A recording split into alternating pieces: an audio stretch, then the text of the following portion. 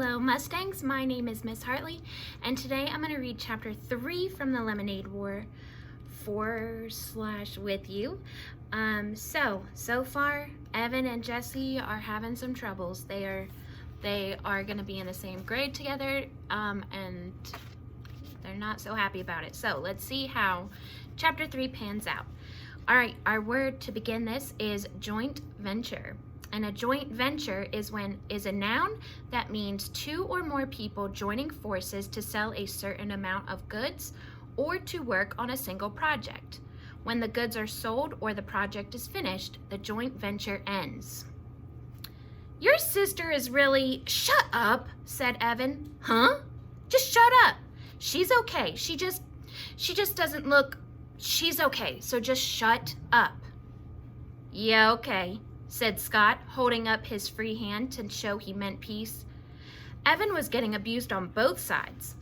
The heavy cooler was banging against his inside leg with every step, and the plastic chairs were scraping against his outside leg. Bruised and bloody, he thought to himself, all for the fun of hanging out with Scott Spencer. Why couldn't Jack have been home? Or Ryan? And why did Adam have to be on the Cape this week? It stunk. How far are we walking? Grunted Scott. Just to the corner. Evan watched as drops of sweat fell off his face and landed on the hot sidewalk. We should have stayed in the driveway. It was shaded. The corner's better, trust me, said Evan. He remembered when Jesse had said the same words to him last summer. They were setting up a lemonade stand together, and Evan had been grumbling about dragging the cooler across the street and down 2 houses just like Scott. But Jessie had insisted. There's sidewalk on this side, she said. We'll get the foot traffic coming in both directions, and people in cars coming around the curve will have time to see us and slow down. Besides, there are a bunch of little kids on the side street, and their mothers won't be wanting them to cross Damon Road. The corner's better, trust me. And she was right. They'd made a ton of money that afternoon. It took 10 seconds to set up the lemonade stand. Evan unfolded the chairs and set one on each side of the cooler. Scott tilted the sign toward the street for maximum effect. Then they both sat down. Man, is it hot, said Evan. He took off his baseball cap and wiped the sweat from his face with his shirt. Then he grabbed an ice cube from the cooler, balanced it on his head, and stuck his cap back on. Yeah, said Scott, I'm thirsty. He reached into the paper bag and pulled out a cup. It was one of those large red plastic cups that vendors used at professional baseball games. Then Scott took one of the pitchers from the cooler and filled the cup to the brim with lemonade. Hey, not so much, said Evan, pouring himself a cup too, but only part way. He glugged down half his drink. Not bad, he thought. Then he noticed a dead fruit fly floating on the top. His mom had been battling a mad fruit fly infestation ever since the weather had turned really warm. The kitchen sink area where they kept their fruit bowl was dotted with tiny, feathery fruit fly corpses. Scott drained his cup and tossed it on the ground. Ah, he said, satisfied. That was good. I'm gonna have another. Evan reached for the trashed cup and stowed it under his seat. Nah, come on, Scott. You're gonna drink all our profits if you do that. He stretched his legs out by putting his feet on top of the cooler. Just chill. I'm gonna chill by having another cup, said Scott. There it was, that mean bite in Scott's voice. Evan's shoulders tensed up. Move your feet, said Scott. It's hot out here. Dude, you're... Evan sat up unexpectedly and looked down the street. Hey, here comes our first customer. A mother pushing a double stroller came into view. At the same time, one of the kindergartners from down the street rode her bike up, noticed the sign, and quickly pedaled back to her house. Within 5 minutes, there was a small crowd of neighborhood kids and pedestrians buying lemonade from the stand. Evan let Scott handle all the money while he took care of the pouring and the sweet talk. That's what his mother called it when a salesperson chatted her up.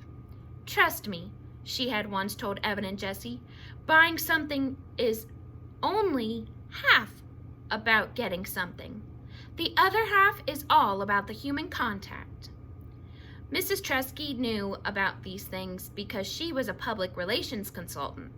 She'd even written a booklet called 10 Bright Ideas to Light Up Your Sales for one of her clients. And Evan was like her. He was good at talking with people, even grown-ups. It was easy for him, so he kept the conversation flowing along with the lemonade. People hung around. Most of them bought a second cup before they left. Evan was so busy he almost didn't notice Jessie flying out of the garage on her bike and riding down the street toward town. Good riddance, he thought, but at the same time, he wondered where she was going. During a lull in business, Evan walked all around the stand, picking up discarded plastic cups. Scott sat in his chair, jingling the coins in his pocket. "Man, we're going to be so rich," said Scott. "I bet we made $5 already. I bet we made 10. How much do you think we made?" Evan shrugged. He looked at the stack of used cups in his hand and counted the rims. 14. They'd sold 14 cups so far, and each cup of lemonade cost 50 cents. Evan heard Mrs. DeFazio's voice in his ear. Miss DeFazio had been his third-grade teacher, and she'd done everything she could to help Evan with his math.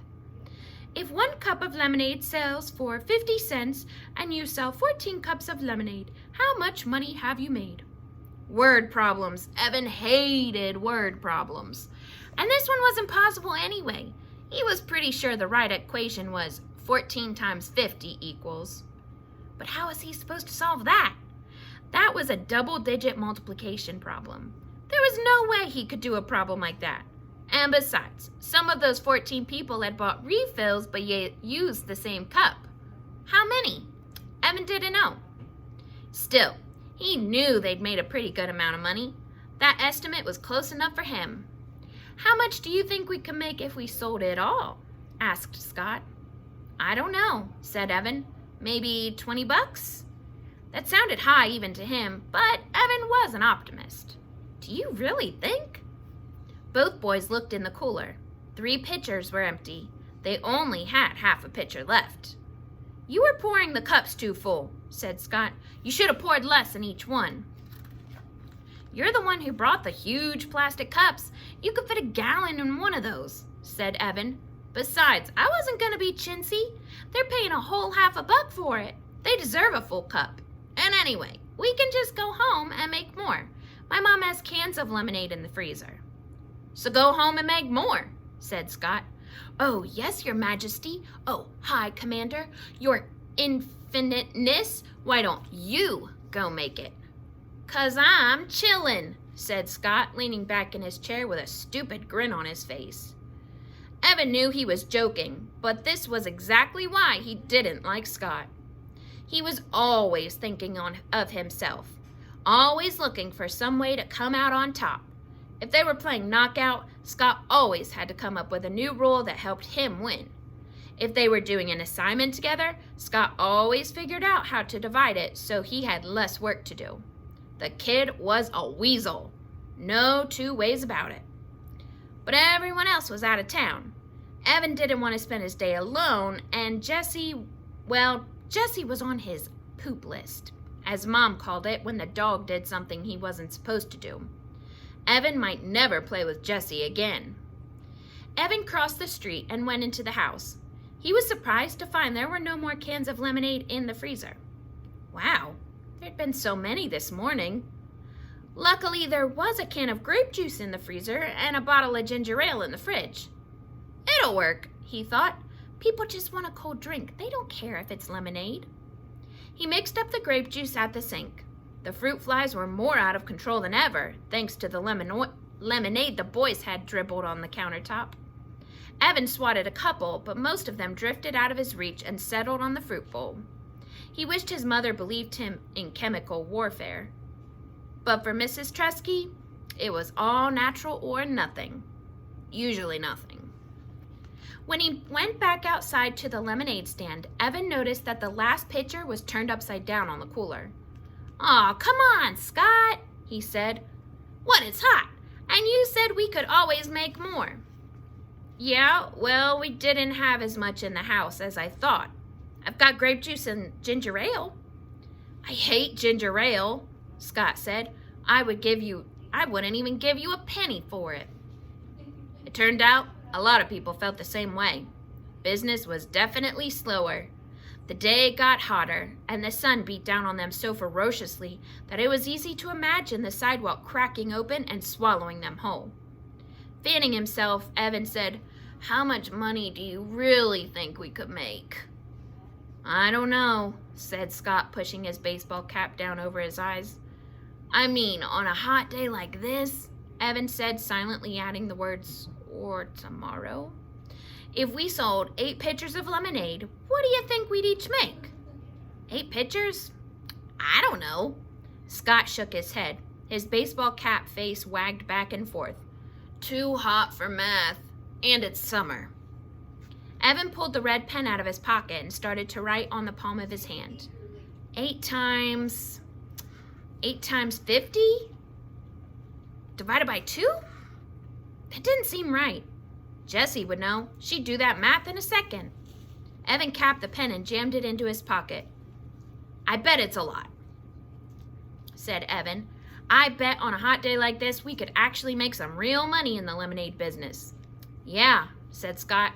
"Then we'd be rich, and I'd get an Xbox, the new one with the dual controls." "I'd get an iPod," said Evan. He'd been saving for one for over a year, but every time he had some money put away, well, it just disappeared. Like the $10 from Grandma, she'd even written in his card, "Here's a little something to help you get that music thing you want." But the money was gone. He treated Paul and Ryan to slices of pizza at Townhouse. It had been fun. "That'd be so great to listen to music whenever I want," said Evan. "I could tune you out," he added in his own head. They sat in silence, feeling the heat suck away every bit of their energy. Evan was hatching a plan. The heat wave was supposed to last at least 5 days. If he and a friend, not Scott, set up a lemonade stand every day for 5 days, he'd definitely have enough to buy an iPod. He imagined himself wearing it as he walked to school, wearing it on the playground. "Hey, Megan, yeah, that's my iPod. Sweet, huh?" Wearing it in class when the teachers droned on and on about fractions and percents. Nah. But it would be so cool. At least there'd be one thing that didn't totally stink about going back to school. After 2 hours, they decided to call it quits. Sales had dropped off fast and then stopped altogether. "Hey, did you notice something?" asked Evan, stacking the chairs. "What?" said Scott. "When we started the stand, most of our business came from that direction." He pointed down the street toward the curve of the road. "But after an hour, not one person who walked past us from that direction bought a cup. Not one. They all said, 'No thanks,' and kept on walking." "Why do you think?" "I don't know," said Scott. "Boy, you're a real go-getter," said Evan. "You know that?" Scott socked him in the chest, but Evan defended and knocked Scott's cap off.